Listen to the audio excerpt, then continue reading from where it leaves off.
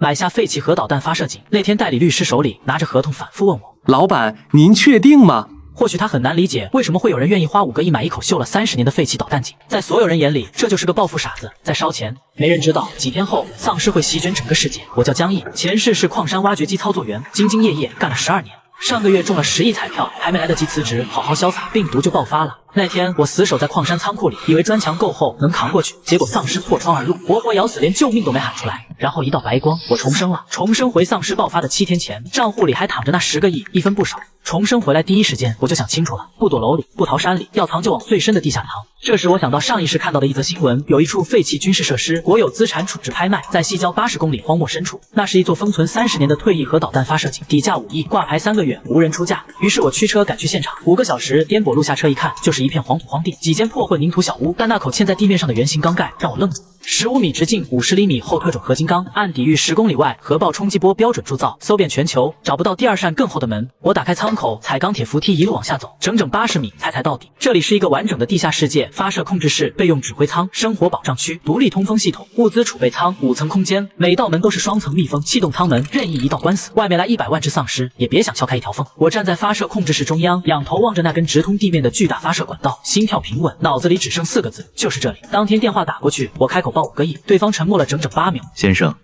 我们赶紧签合同。第2天钥匙入手，我带着爱犬黑虎踏进这座要塞。6天后，地上的世界会陷入混乱，这里是唯一的生存堡垒。只因为我知道7天后丧尸降临，所以我花5个亿买下一座废弃核导弹井。丧尸爆发，这里就是唯一的生存堡垒。重生回来，钱不是问题，我要抢先在丧尸爆发前处理好一切事务。这一世，我亲自驱车前往建材市场，挑选了5000吨水泥、5000吨钢板和1万捆钢筋，同时雇佣1500名工人、200台重型机械，昼夜不停地改造这座堡垒。首先封死地面出口，原有50厘米合金钢井盖，外层追加焊接3层特种钢板，总厚度提升到80厘米，配套装入双重液压锁、磁机构和电磁封闭装置。液压锁提供300吨压臂力，断电状态下仍自动锁合。地面周边浇筑直径50米、高20米的双层钢筋混凝土围墙，顶端焊接3排高压电网，围墙外圈挖掘4米深6米高的环形壕沟，沟底密铺金属地磁阵。任何东西想靠近这口井，先过2道死关，然后就是扩建地下空间。我把地下第4层整体打通扩建，新开凿3000平方米超级仓储区，原弹药仓改造为3座独立超低温冷库，单库容量200吨，双路备用电源接入，断电状态下自主运行。囤货随即全速推进，大米20万斤，面粉12万斤，食用油3万桶，冻肉25万斤，120辆货车从地面调运入井，从早拉到深夜。矿泉水和纯净水的存量够全井喝10年。前世死在矿山仓库里，手里抱着半袋压缩饼干，身边是黑暗和丧尸的哀嚎。这辈子不一样，这辈子要活得像个人样。我花2个亿买下一座废弃核导弹井，所有人都认为我疯了，因为我知道3天后世界将迎来一波丧尸狂潮。进驻第4天，我把资源全部压在3件事上：能源自立、武器充足、机器人安保军团全面上线。先说能源，地下第5层架设24台工业柴油发电机组，总装机16000千瓦，配套柴油储备15000桶，低负荷运转可持续30年。地面围墙顶铺设120套高效光伏板，通过防爆电缆向下传输。发射筒内壁引入地热化能装置，利用岩层热梯度持续发电，作为第3套备份。3套系统互为冗余，3路同时断电的概率理论上等于0。再说武装，我通过前世结识的军工物资流通商，以封闭训练基地名义合法采购，花1亿3000万运进来。突击步枪400支，配套弹药200万发，重机枪24挺，单兵火箭筒40具，各型手雷8000枚，防弹衣600套。地面围墙4角各安装一座自动旋转机枪炮台，远程操控，单炮台有效射程1800米，360度无死角覆盖。最让我满意的是那180台机器人，我花1亿9千万定制了180台重型战斗安保机器人，每台自重600公斤，装备液压双臂、热成像追踪芯片和高压电机模块，最高时速35公里，72小时自主充电一次，全天候运转，不吃饭不睡觉，不感染病毒，不会逃跑。100台地面内圈巡逻，80台地下各层警戒，4座制高点固定炮台交叉覆盖，全部由发射控制室中央终端统一指挥。我一个人坐在屏幕前就能调动整支铁甲军团。末世降临前2天，我做了2件事：用1台重型挖掘机把自己的要塞验收了一遍，然后在地下80米的钢铁空腔里挑选美女佣人。先说验收，我让工程队在围墙外50米引爆了一枚500公斤当量的测试炸弹，冲击波推过来，大地轻颤，井下毫无感觉。80厘米厚的合金钢井盖纹丝不动，连密封胶条都没变形。随后调来一台50吨履带式挖掘机，全力顶压井盖，液压臂弯曲，卡死，整台机器颤抖报废，井盖稳如磐石，1毫米没动。最后180台机器人全域实战演练，整齐划一的机械脚步声在钢铁腔体里混响回荡。我坐在主控台前，盯着180个实时数据流同步运行，心里只剩一句话：固若金汤。验收完，该给这口井配人了。我以封闭式私人深地庄园生活体验官名义发出招募公告，月薪80万，全程包吃住，封闭合同3个月，要求形象气质出众，身体健康，签署完整保密协议。公告上线2小时，报名破2000人。我花4个小时仔细筛选，选出50名气质卓绝的女性。当天下午分批接入基地，她们坐升降梯从地面下沉到地下80米，走出最后一道舱门，看见灯火通明，铺着地毯，恒温恒湿的生活区，一个个目瞪口呆。这是地下宫殿吗？有人喃喃自语。这里是全世界最安全的地方，你们来对了。当天晚上，地下长廊摆开2排宴席桌，红酒烤肉全部备齐，暖光铺满整个走廊。黑虎在人群里转圈撒欢，笑声碰杯声在钢铁空腔里来回弹跳，意外的热闹。我端着酒杯坐在主位，慢慢喝了一口。前世那个死在矿山仓库里的江毅，这辈子算是活明白了。重生后，我花几个亿改造了一座废弃核导弹井，没想到它竟成为躲避末世丧尸的最强堡垒。在过去的1周，我把核导弹井里外做了改造升级，又为自己囤了好几辈子都用不完的食物和生活用品。这天，我抱着模特躺在豪华大床上，下一秒，一声剧烈的撞击声把我惊醒，一声低沉的闷响从10公里外传过来。上意识的事我记得很清楚，那是生物研究院的密封管道崩了，气溶胶病毒顺中央空调扩散，10分钟内全楼感染。7点城区4角警报大响，8点新闻主播语气开始颤抖，9点信号全断，短半天时间，江城就已经沦陷，被感染的丧尸充斥在街道的每一个角落。考虑到这个情况，我果断下令地面出口液压封死，机器人军团切入战斗模式，全员下撤地下3层。命令下达90秒后，第一波约80只丧尸撞上围墙，触发高压电网，蓝白弧光一闪，整排倒地，机器人随即清场。4分钟，围墙外干净。生活区里，我的几十名美女佣人挤在一起，有人哭，有人发抖。就在这时，主控台右侧的备用警报屏突然亮了，不是外部入侵，不是系统故障，是一串我从没见过的橙色告警代码。系统解析花了整整7秒，然后一行字稳稳亮在屏幕中央：第8层异常，检测到持续热源及周期性电磁脉冲，信号特征疑似人工设备运转。该层封存时间1994年至今，理论上不存在任何运转中的设备。我的手指将在键盘上。第8层是这口井的最底处，比生活区还深25米。1994年封存，图纸上用途只有2个字：备用。30年从未有任何人下去过，那里面到底有什么东西还活着？橙色告警代码在屏幕上刺得我眼睛发疼。第8层的异常信号像根针死扎在我紧绷的神经上，我瞬间回神，手指翻飞操控主控台，直接调派20台重型战斗机器人在前开道，5台探测机器人紧随其后，反手抄起身旁的突击步枪，牵上黑虎就往升降梯冲。液压升降梯带着我们往地下105米沉去，舱外只有钢铁摩擦的冷硬嗡鸣，每下沉1米，空气就冷上1分。第8层的舱门是纯钛合金打造，比地面的合金钢井盖更厚实。1994年的军方封条完好无损，连一点锈迹都没有。我让机器人破解舱门密码，3声轻响后，舱门缓缓划开，热成像仪里的热源集中在角落。走近才发现是一台小型地热发电机，仍在低负荷运转。旁边立着10排密封的金属柜，一台老式军用计算机的屏幕正闪烁着微弱的光。黑虎对着金属柜不停低吼，我伸手触碰计算机的瞬间，屏幕突然亮起，跳出一串加密军码。我心里清楚，这封存30年的第8层藏着我想象不到的秘密。老式计算机的加密军码在屏幕上反复跳动，前世在矿山接触过矿区的加密系统，勉强能认出几个军方核心代码。我让探测机器人接入计算机端口，启动破解程序。半小时的等待里，第8层的空气仿佛凝固成冰。破解成功的瞬间，计算机里的资料疯狂弹出，我扫了几眼就倒吸一口凉气。这口发射井根本不是退役设施，而是1994年秘密建造的末世防御枢纽。发射井只是伪装，第8层才是真正的核心。那台地热发电机是备用能源核心，金属柜里装着初代抗病毒基因原液、单兵防化套装和各类未激活的高科技设备。刚伸手想打开最外侧的金属柜，主控台的紧急警报突然炸响，不是第8层的异常，而是地面围墙东侧的高压电网被突破了。监控画面里，一只3米多高的变异丧尸正用钢筋般的手臂拍打着电网，它的皮肤呈青黑色，硬如钢板，电网的蓝白弧光打在身上直冒火星。机器人的重机枪扫射也只能留下浅浅的弹痕。这是末世降临后的第1只高阶变异体，来得比我预想的早太多。变异丧尸的嘶吼透过监控屏幕传来，那声音震得主控台的玻璃微微发颤。我立刻调派30台地面巡逻机器人围堵东侧围墙，又让4座自动旋转机枪炮台锁定目标，同时启动围墙顶端的高压火焰喷射器。蓝色火焰喷涌而出，瞬间将变异丧尸包裹。它发出凄厉的嘶吼，却依旧顶着火焰往前冲，手臂一挥就掀翻了2台近身的机器人。我盯着监控里的画面，手指在键盘上敲下指令，让10台装备了单兵火箭筒的机器人绕到变异丧尸后方，同时激活机器人的液压撞击模块。一声巨响，火箭弹精准命中变异丧尸的后颈，它的的动作瞬间僵住，10台机器人立刻上前，用液压臂死死锁住他的四肢，将其按在围墙的钢筋混凝土上。火焰喷射器持续灼烧，3分钟后，这只高阶变异体终于化为焦黑的残骸。清理完战场，我让机器人收集了变异丧尸的残骸样本，送进第8层的实验室。我看着屏幕上第8层的金属柜，突然明白，1994年的那些人或许早就预知了这场末世，而这些封存的设备就是对抗末世的底牌。变异丧尸的残骸样本被送进第8层的实验室。探测机器人对样本进行分析的同时，我开始清点第8层的物资。10排金属柜里，除了基因原液和防滑套装，还有50套单兵激光武器，10台小型无人侦察机，甚至还有一套完整的基因改造设备。只是这套设备需要特殊能源才能激活。实验室的角落，我还发现了一个隐藏的暗格。打开后是一本泛黄的笔记本，上面是1994年科研人员的手写记录。记录里写着，这场病毒并非意外，而是人为研究的产物，只是实验失控，病毒才泄露出去。而这口防御枢纽就是为了在病毒失控后保留人类的活种。正看着笔记本，探测机器人的分析结果出来了。那只高阶变异丧尸的细胞里，除了病毒，还有一种未知的能量因子。这种因子能让细胞快速变异，强化身体机能。而第8层的基因原液恰好能抑制这种能量因子的疯狂增殖。我立刻让机器人提取基因原液进行稀释，准备给黑虎注射。既然未知能量因子能让丧尸变异，那或许也能让黑虎变得更强。在这末世里，实力才是最硬的道理。稀释后的基因原液被装在特制的注射器里。我牵着黑虎走进实验室，他似乎察觉到了什么，乖乖趴在地上，脑袋靠在我的腿上。我捏着黑虎的后颈，将基因原液缓缓注射进去。几秒钟后，黑虎的身体开始微微颤抖，体温快速升高，身上的毛发根根竖起，发出低沉的呜咽。我守在一旁，随时准备启动实验室的急救设备。10分钟后，黑虎的颤抖渐渐停止，体温恢复正常。他抬起头，眼睛变得比之前更加明亮，体型也微微壮硕了一些。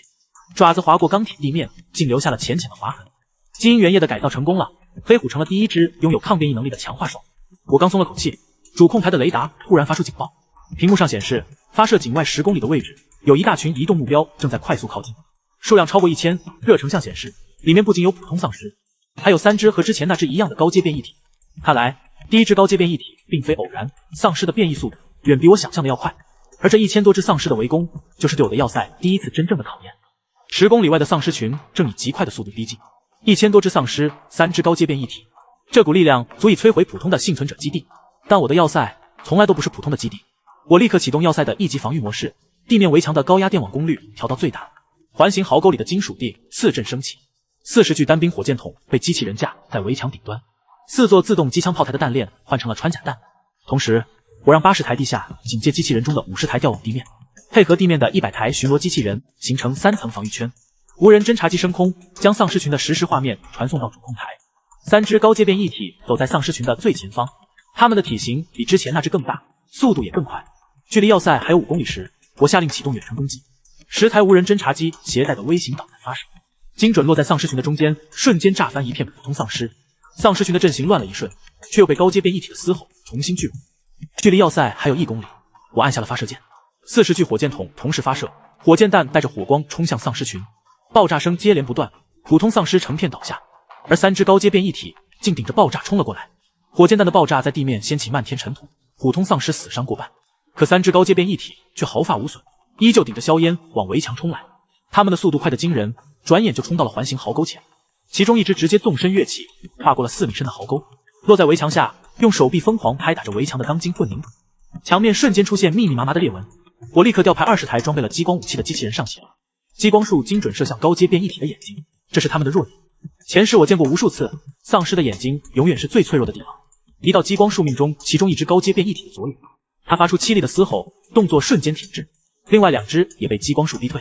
我抓住机会，让4座机枪炮台全力扫射他们的头部，穿甲弹打在头上，终于留下了深深的弹坑。就在这时，一只高阶变异体突然发力，掀翻了数台机器人，猛地撞向围墙。围墙的一处角落轰然坍塌，缺口处数十只普通丧尸趁机往里冲。我眼神一冷，立刻启动围墙的应急防御。缺口处的地面突然升起一道合金挡板，将丧尸挡在外面。同时，火焰喷射器从挡板2侧喷出，将缺口处的丧尸烧成灰烬。合金挡板死死封住围墙的缺口，火焰喷射器的蓝色火焰将缺口处的丧尸尽数焚烧，空气中弥漫着焦糊的味道。3只高阶变异体见无法突破，竟开始相互嘶吼，似乎在交流什么。下一秒，他们同时转身，开始驱赶剩下的普通丧尸，让他们充当炮灰，往围墙上撞。普通丧尸像疯了一样，前赴后继地冲向围墙。有的被电网电死，有的掉进壕沟被的刺刺穿，可依旧源源不断。我知道这样耗下去，虽然丧尸攻不进来，但我的弹药和能源会被大量消耗，必须速战速决。我立刻回到第8层，启动了那套未激活的基因改造设备，同时将之前收集的变异丧尸残骸样本中的能量因子提取出来，和基因原液混合，制作成强化药剂。我要亲自注射。既然黑虎能通过基因原液强化，那我也能。在前世，我只是个普通的挖掘机操作员，而这辈子，我要成为能亲手斩杀变异体的强者。注射器刺入手臂，强化药剂缓缓流进血管，一股撕心裂肺的疼痛瞬间席卷全身，我的身体开始发烫，骨骼发出咔咔的声响，眼前阵阵发黑，却死死咬着牙，撑着不让自己倒下。强化药剂的力量在血管里疯狂涌动，骨骼的咔咔声越来越响，身体的疼痛像是要把我撕裂。我扶着实验室的钢铁台面，死死撑着，眼前的画面从模糊到清晰，又从清晰到模糊，反复数次。不知过了多久，疼痛渐渐消散，一股强大的力量感从四肢百骸涌出。我握紧拳头，一拳砸在钢铁台面上，台面瞬间凹陷下去，留下一个清晰的拳印。强化成功了，我的力量、速度、反应能力都提升了数倍，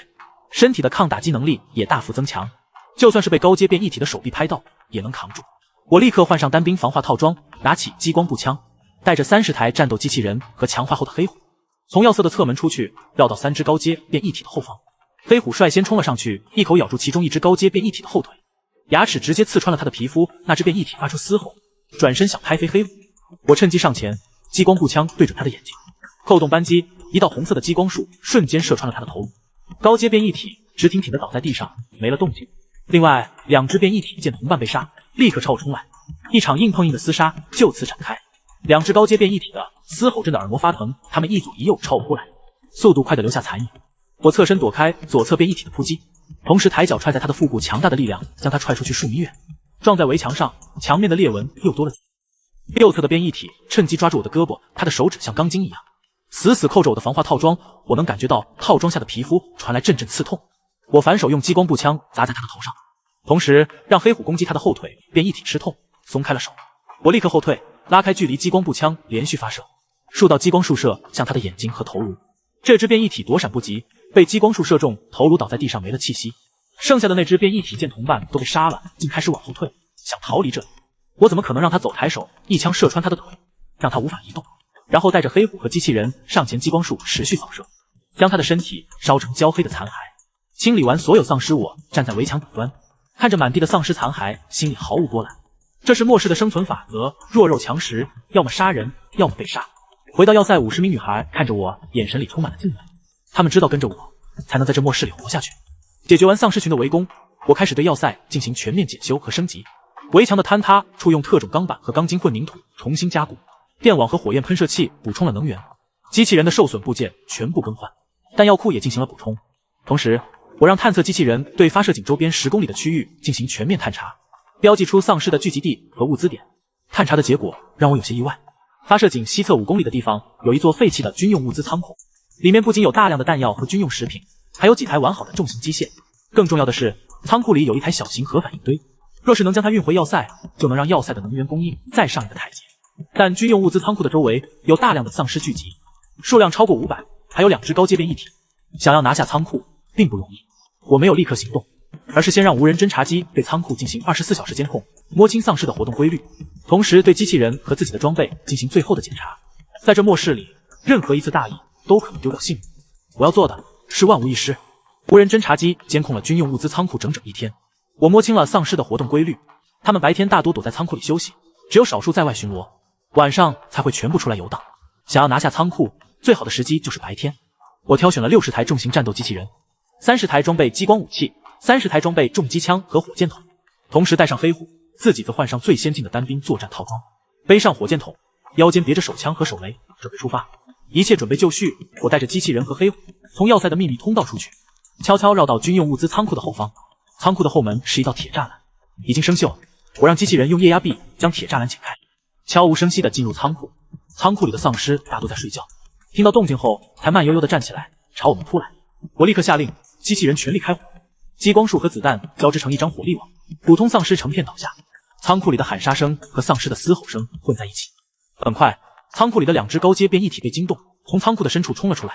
他们的体型比之前的更加强壮，身上还穿着破损的军用防弹衣，看来是末世前的士兵变异而成。两只身着破损防弹衣的高阶变异体从仓库深处冲出，他们的动作比普通高阶变异体更敏捷，显然是末世前接受过专业训练的士兵。变异后保留了部分战斗本能，其中一只直接抓起仓库里的钢管，朝我狠狠砸来。钢管带着破空声，我侧身躲开，钢管砸在地上，砸出一个深坑。另一只则冲向机器人，几下就掀翻了数台。他的拳头打在机器人的钢铁外壳上，直接将外壳砸变形。我让黑虎牵制住其中一只，自己的对付另一只。激光步枪对准他的关节处射击，关节是变异体的另一个弱点，虽然不如眼睛脆弱，但被击伤后会大幅影响他们的心。一道激光束射中变异体的右膝，他的动作瞬间慢了下来。我趁机上前，一记重拳砸在他的头颅上，强大的力量直接将他的头颅砸裂，变异体倒在地上没了动静。飞虎和另一只变异体打得难解难分，他虽然被强化过，但依旧稍逊一筹，身上被抓出了几道伤口，流出了鲜血。我立刻上前支援，激光步枪连续发射，射向变异体的眼睛，变异体躲闪不及，被射中左眼。黑虎趁机咬住他的喉咙，狠狠一扯，将他的喉咙咬断，变异体轰然倒地。解决完仓库里的丧尸，我让机器人立刻开始清理战场，收集仓库里的物资。仓库里的物资远比我想象的丰富，不仅有大量的步枪、机枪、火箭筒和配套弹药，还有上万箱军用压缩饼干、罐头和饮用水，几台完好的挖掘机、装载机和起重机，还有那台小型核反应堆被完好的封存在仓库的角落，看起来从未被使用过。我让机器人将小型核反应堆拆解，分成几个部分，用起重机装上卡车，同时将其他物资也全部装车，一共装了10辆卡车，才将仓库里的物资搬空。在仓库的办公室里，我还发现了一个保险柜，打开后里面有一本军用地图，地图上标记着江城周边的幸存者基地、物资点和丧尸聚集地，还有一处隐藏的科研基地，标记着病毒研究中心，看来那里就是病毒泄露的源头。我将地图收好，这张地图对我来说价值千金。一切准备就绪，我带着机器人、黑虎和10车物资开始返回要塞，一路上没有遇到任何丧尸，顺利的有些反常，我心里隐隐有种预感，似乎有什么不好的事情正在等着我。10车物资顺利运回要塞，刚把小型核反应堆的部件卸下来，主控台的通讯设备突然传来一阵滋滋的电流声，紧接着一个沙哑的男人声音从里面传了出来，虽然带着杂音，但依旧能听清楚。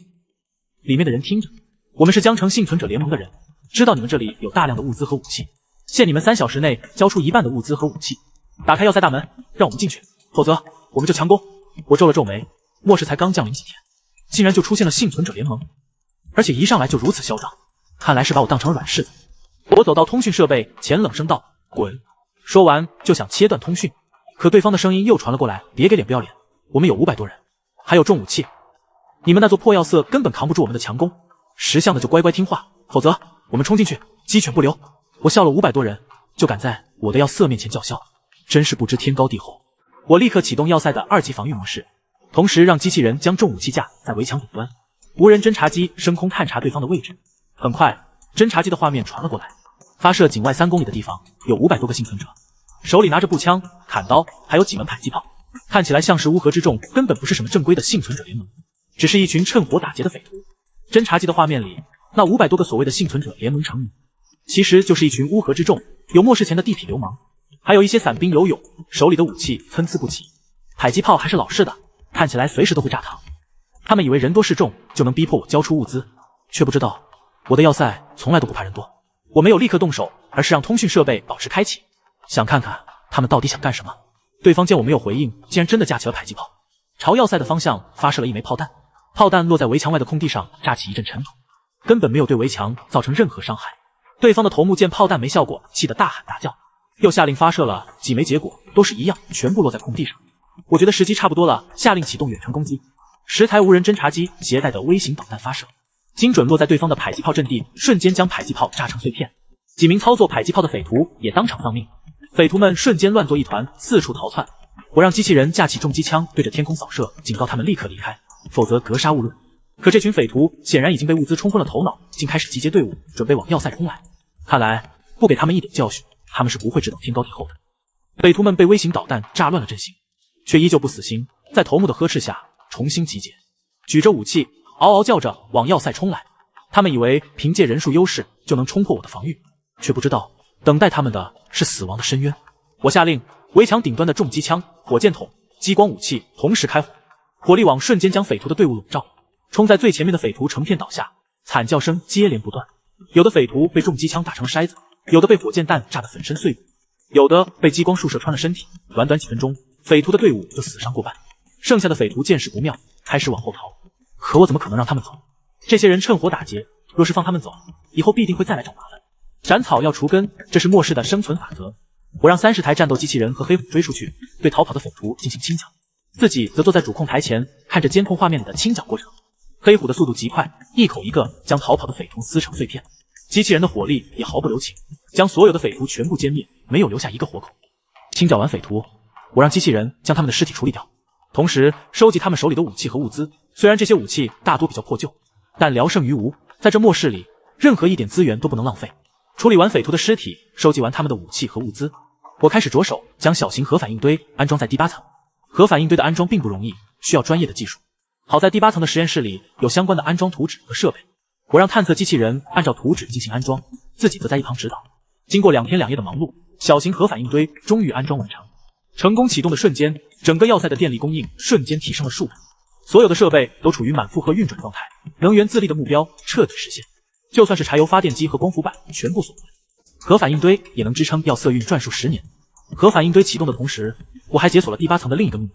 那就是发射井的发射管道并非用来发射核导弹，而是用来发射宇宙飞船的。1994年的科研人员原本计划在病毒失控后，用宇宙飞船将部分人类送往太空，保留人类的火种。只是这个计划最终没有实施。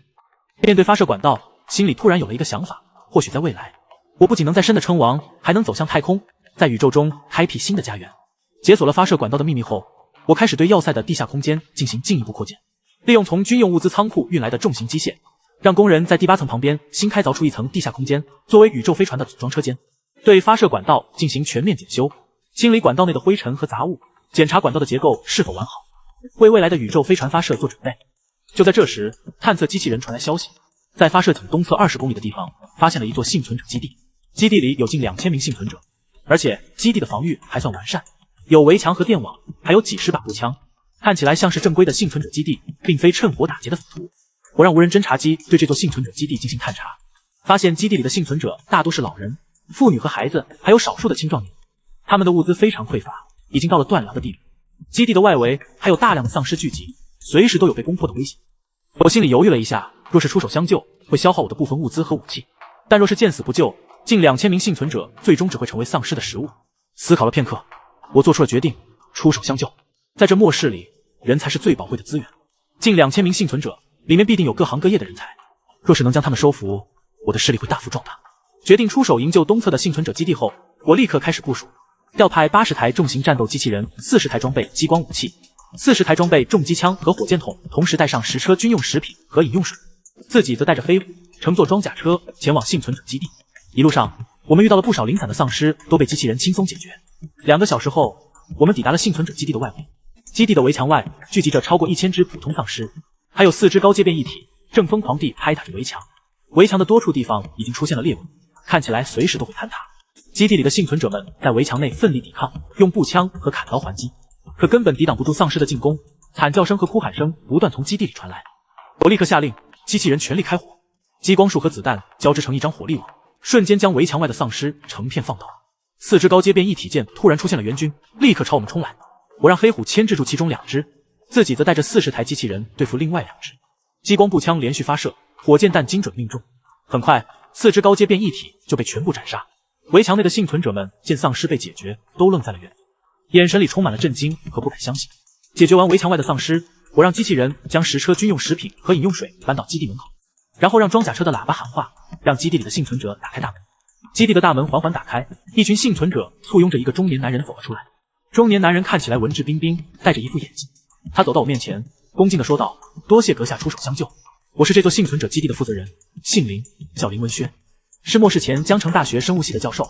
我点了点头，没有多说，只是让他安排幸存者领取物资。林文轩立刻安排人手将物资搬进基地，同时邀请我进入基地休息。进入基地后，我发现基地里的幸存者大多面黄肌瘦，眼神里充满了绝望，显然是饿了很久。林文轩告诉我，这座基地是末世降临后他带着学生和一些居民建立的，原本有3000多名幸存者，可因为物资匮乏和丧尸的进攻，现在只剩下不到2000人，而且基地里的青壮年大多战死，现在能战斗的只有不到100人。我看着基地里的幸存者，开门见山地说道：“开门见山的说道：“我可以给你们提供足够的物资和保护，但你们必须服从我的管理，跟我回我的要塞，成为我的人。”林文轩和幸存者们对视一眼，没有丝毫犹豫，立刻答应了下来。对他们来说，能活下去比什么都重要。林文轩和2000名幸存者答应服从我的管理后，我立刻让机器人对幸存者基地进行清理，同时安排装甲车和卡车将幸存者分批送往我的要塞。2000名幸存者里面有不少各行各业的人才，除了林文轩这位生物系教授，还有医生、工程师、机械师、厨师，甚至还有几名航天领域的工程师，这让我大喜过望。这些人才正是我需要的。航天工程师的到来，让宇宙飞船的组装计划有了实质性的进展。他们看完发射管道和组装车间的图纸后，告诉我，只要有足够的材料和设备，就能在半年内组装出一艘小型宇宙飞船。医生和护士则负责要塞的医疗区，为受伤的机器人和可能受伤的幸存者治疗。工程师和机械师则负责要塞的设备检修和升级，厨师则负责生活区的饮食，一切都安排得井井有条。要塞的人口从原来的51人一下子增加到2051人，变得热闹了起来，不再是之前那座冰冷的钢铁要塞，有了一丝人间烟火气。但我也清楚，人口的增加意味着物资的消耗会大幅提升，我必须尽快找到更多的物资点，满足要塞的物资需求。要塞的人口骤增，物资消耗也随之大幅提升。虽然之前收集了大量的物资，但想要养活2000多人依旧有些吃力。我立刻让探测机器人和无人侦察机对江城周边进行全面探查，寻找更多的物资点。很快，侦察机传来消息，在江城的市中心有一座大型超市，里面有大量的食品、饮用水和生活用品，还有一座大型的医药仓库，里面有各种药品和医疗设备。只是市中心的丧尸数量非常多，超过5000只，还有10多只高阶变异体，甚至还有一只体型巨大的领主级变异体，实力非常强大。想要拿下市中心的物资难度极大。领主级变异体是比高阶变异体更高一级的变异体，前世我只见过一次，那只领主级变异体一人就摧毁了一座有上千人防守的幸存者基地，实力恐怖如斯。但市中心的物资对我来说太不重要，食品、饮用水、生活用品、药品都是要色急需的，就算难度再大，我也要拿下。我立刻开始部署，将要色的机器人全部调派出来，一共180台，全部装备最先进的武器。同时让林文轩挑选出200名身强力壮的青壮年，进行简单的训练，配上武器作为后备力量。自己则带着黑虎准备亲自上阵挑战那只领主级变异体。为了拿下江城中心的物资，我对180台战斗机器人进行了分组，60台为一组，分别负责清理普通丧尸，对付高阶变异体，剩下的60台则保护后备的200名青壮年，同时作为机动力量随时支援。我自己则带着黑虎专门对付领主级变异体，林文轩则留在要塞负责指挥要塞的日常运作和物资调配，一切准备就绪。我带着机器人和200名青壮年，乘坐装甲车和卡车，浩浩荡荡地向江城中心出发。一路上，我们遇到了不少丧尸群，都被机器人轻松清理。4个小时后，我们抵达了江城中心的外围。市中心的街道上，到处都是丧尸的身影，密密麻麻，一眼望不到头。10多只高阶变异体在街道上游荡，而在大型超市的楼顶，一只体型高达5米的领主级变异体正趴在那里。他的皮肤呈暗黑色，身上布满了腐刺，眼睛通红，死死地盯着我们的方向，显然已经发现了我们。感受到领主级变异体的威压，200名青壮年都吓得瑟瑟发抖，甚至有几人想要逃跑。我立刻下令赶逃跑者，格杀勿论，这才稳住了军心。领主级变异体的威压让周围的空气都变得凝重，他趴在超市楼顶，发出一声震耳欲聋的嘶吼。街道上的5000多只普通丧尸和10多只高阶变异体瞬间朝我们冲来。我立刻下令机器人全力开火，60台负责清理普通丧尸的机器人立刻形成一道火力网，激光束和子弹疯狂扫射，普通丧尸成片倒下，可依旧源源不断，像潮水一样涌来。60台对付高阶变异体的机器人则冲了上去，和10多只高阶变异体厮杀在一起。激光武器和重机枪对高阶变异体造成了巨大的伤害，可高阶变异体的数量太多，机器人也开始出现损伤，有几台机器人被高阶变异体掀翻，成了一堆废体。我让200名青壮年在后方提供火力支援，射杀漏网的普通丧尸，自己则带着黑虎朝超市楼顶冲去，目标直指领主级变异体。黑虎率先跃起，朝领主级变异体扑去，却被他一巴掌拍飞，重重地摔在地上，吐出一口鲜血，却依旧挣扎着站起来，再次朝他扑去。我趁机冲上楼顶，激光步枪对准领主级变异体的眼睛扣动扳机，一道红色的激光束瞬间射去，却被他用手臂挡住。激光束射在他的手臂上只留下一道浅浅的焦痕，他的皮肤坚硬的超出了我的想象，我心里一惊，立刻后退躲开他的扑击。他的手掌拍在楼顶的水泥地上，直接拍穿了一个大洞，碎石四溅。黑虎再次冲了上来，咬住他的小腿，牙齿死死地嵌进他的皮肤里。领主级变异体发出一声嘶吼，抬脚将黑虎踹飞。黑虎撞在楼顶的广告牌上，广告牌轰然倒塌，压在黑虎身上。我见黑虎受伤，眼神瞬间变得冰冷，拿出背后的火箭筒，对准领主级变异体的胸口扣动扳机。火箭弹带着火光射去，精准命中目标，一声巨响，领主级变异体的胸口被炸出一个大洞，黑色的血液喷涌而出。他的动作瞬间停滞，发出凄厉的嘶吼。我抓住机会，立刻冲上前，将强化后的力量全部汇聚在拳头，一拳砸在他的头颅上。他的头颅瞬间凹陷下去，可依旧没有死去，反而更加疯狂，用骨刺朝我刺来。我侧身躲开，骨刺擦着我的肩膀划过，将我的作战套装划破，皮肤被划伤，流出了鲜血，黑色的血液滴落在我的伤口上，一阵灼烧般的疼痛传来。我才发现他的血液带有剧毒，领主级变异体的剧毒血液滴在我的伤口上，灼烧般的疼痛瞬间席卷全身，视线也开始变得模糊，身体的力量在快速流失。我知道，若是不尽快解决他，我今天必死无疑。我咬紧牙关，拿出腰间的手雷，扯掉保险栓，狠狠砸在领主级变异体的胸口伤口上，同时快速后退。一声巨响，手雷在他的胸口炸开，将他的胸口炸得血肉模糊，黑色的血液喷了一地。领主级变异体的动作彻底僵住，头颅微微低垂，似乎已经没了气息。我松了口气，刚想上前查看，他却突然抬头，通红的眼睛死死盯着我，用最后一丝力气将身上的骨刺全部朝我射来。我躲闪不及，被几根骨刺射中肩膀和腹部，重重的摔在地上，意识开始渐渐模糊。就在这时，黑虎从广告牌的废墟里冲了出来，他的身上布满了伤口，却依旧像一头疯兽，一口咬住领主级变异体的喉咙，狠狠一扯，将他的喉咙彻底咬断。领主级变异体的身体晃了晃，轰然倒地，彻底没了气息。黑虎走到我身边，用脑袋蹭着我的脸，发出低沉的呜咽。我看着黑虎，露出一丝微笑，眼前一黑，彻底失去了意识。再次醒来时，我躺在要塞的医疗区，身上的伤口被处理得干干净净。林文轩坐在床边，见我醒来，立刻面露喜色：“江先生，你终于醒了，你已经昏迷了3天3夜。”我坐起身，感觉身体还有些虚弱，但剧毒已经被清除，力量也在慢慢恢复。林文轩告诉我，我昏迷后，机器人和200名青壮年继续清理市中心的丧尸，拿下了大型超市和医药仓库，将里面的物资全部运回了要塞。只是机器人损伤了30多台，200名青壮年也死伤了50多人。黑虎则一直守在我的床边，不吃不喝，直到我醒来才肯去吃东西。我点了点头，心里有些愧疚。这次拿下市中心的物资，付出的代价不小。林文轩又告诉我，在清理医药仓库时，他们发现了大量的抗病毒药物，还有一套完整的病毒检测设备。他已经组织医生和生物系的学生开始研究抗病毒药物，希望能研制出能彻底治愈病毒的疫苗。我大喜过望，若是能研制出疫苗，那这场末世或许就有结束的希望。我让林文轩全力研究疫苗，要塞会为他提供一切所需的资源和设备，无论付出多大的代价，都要研制出疫苗。林文轩开始全力研究抗病毒疫苗，医疗区和第8层的实验室被整合在一起，成为了疫苗研究中心。数十名医生和生物系学生日夜奋战，我则为他们提供一切所需的资源，从医药仓库运来的各种药品、实验设备，还有从丧尸身上提取的病毒样本，源源不断地送到研究中心。同时，我开始对受损的机器人进行修复，利用从市中心收集的材料，重新制造了50台战斗机器人，让要塞的机器人数量恢复到200台。同时对所有机器人进行升级装备更先进的激光武器和重机枪，提升他们的战斗力。200名青壮年经过这次市中心的战斗，也变得更加勇敢和成熟。我将他们编成一支护卫队，由退役的士兵训练，配备最先进的单兵武器，成为要塞的地面作战力量。要塞的防御也进行了全面升级，地面围墙再次加固，电网的功率提升到原来的2倍。环形壕沟里不仅有金属地刺阵，还加入了高压水泥。发射井周边10公里的区域都被划为警戒区，由机器人和无人侦察机24小时巡逻，任何风吹草动都逃不过我的监控。疫苗研究正在有序进行，要塞的发展也步入正轨。可就在这时，主控台的雷达突然发出强烈的警报，屏幕上显示有一大群移动目标正在快速向要塞逼近，数量超过1万，而且这些移动目标的热成像信号和丧尸完全不同，看起来像是人类。我立刻让无人侦察机升空探查对方的身份。很快，侦察机的画面传了过来，让我皱起了眉头。来的人是江城军区的残余部队，大约有1万多人，装备精良，有坦克、装甲车、火箭炮，还有数架直升机。他们的领头人是江城军区的司令员，姓赵，叫赵卫国。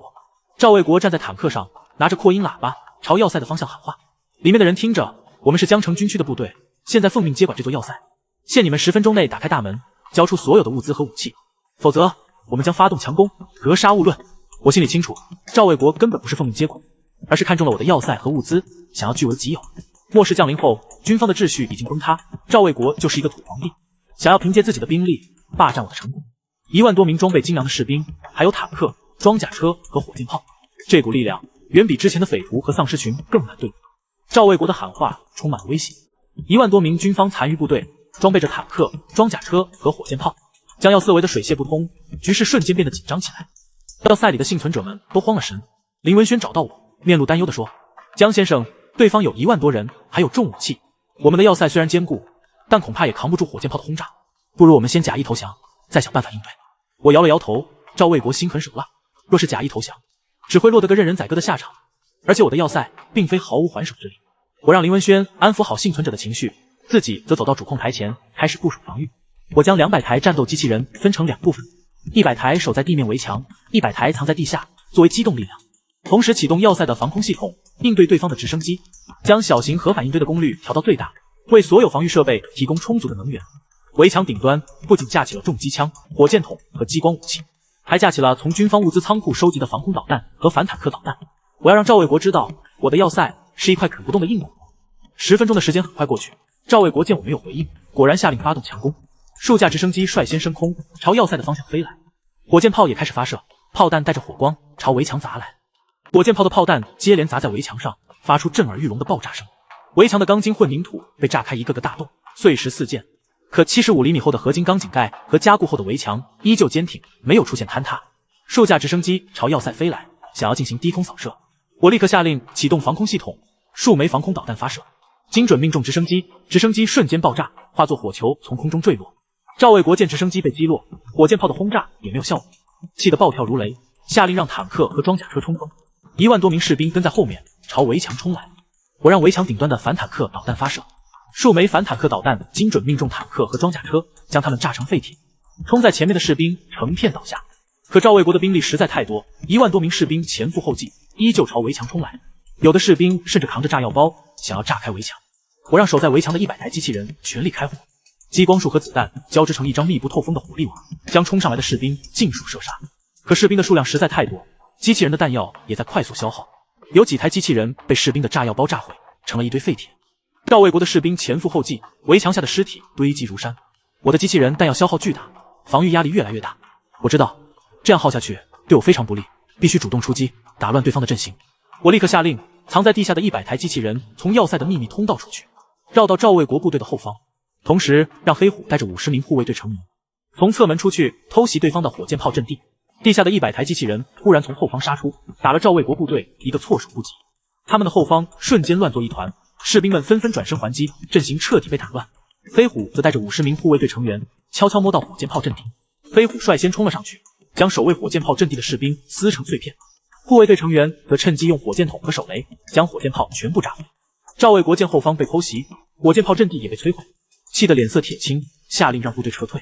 可已经晚了，我的机器人和护卫队成员前后夹击，将赵卫国的部队团团围住，1万多名士兵死伤过半。剩下的士兵见大势已去，纷纷放下武器投降。赵卫国则想要乘坐坦克逃跑，被我亲自追上，激光步枪对准他的脑袋，扣动扳机，一道激光束瞬间射穿了他的头颅。这个末世里的土皇帝就此殒命。解决了赵卫国的部队，我让机器人清理战场，收集对方的武器和装备，坦克、装甲车、火箭炮、直升机的残骸，还有大量的步枪、机枪、弹药都被运回了要塞。这些装备经过修复和改造，都能为我所用。投降的5000多名士兵，我进行了筛选，将那些作恶多端、欺软怕硬的士兵全部清理掉。剩下的4000多名士兵都是老实本分的普通士兵，还有不少是被迫参军。我将他们编成一支正规的军队，由退役的军官训练，配备最先进的武器，成为要塞的主力作战力量。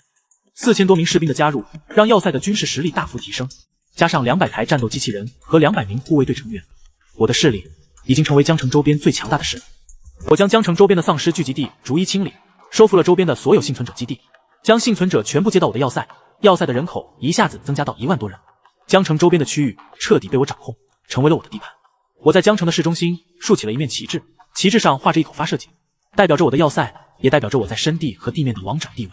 掌控江城周边区域后，我开始对要塞进行大规模的扩建和改造，利用从各地收集的重型机械和材料，将地下空间从9层扩建到15层，每层都有不同的功能：发射控制室、指挥中心、生活保障区、物资储备仓、实验室、疫苗研究中心、宇宙飞船组装车间、军队训练基地、医疗区、学校、工厂，一应俱全。要塞的地面区域也进行了大规模的改造，发射井周边10公里的区域被建成了一座大型的幸存者城市，有房屋、街道、超市、医院、学校，1万多名幸存者在这里生活。工作、学习，不再是之前那种朝不保夕的日子，有了安稳的生活。工厂里，工人们正在日夜不停地生产武器、弹药、生活用品和食品。军队训练基地里，士兵们正在进行严格的训练。疫苗研究中心里，林文轩和他的团队依旧在奋战。宇宙飞船组装车间里，航天工程师们正在组装宇宙飞船，一切都在朝着好的方向发展。黑虎经过多次强化，变得越来越强，成为了我的贴身护卫，跟在我身边，保护我的安全。他的身边还多了一群被基因原液强化过的军犬，组成了一支强化兽战队，成为了要塞的特殊作战力量。要塞和周边的幸存者城市步入正轨，疫苗研究也终于传来了好消息。林文轩和他的团队经过数十天的日夜奋战，终于研制出了第一支抗病毒疫苗。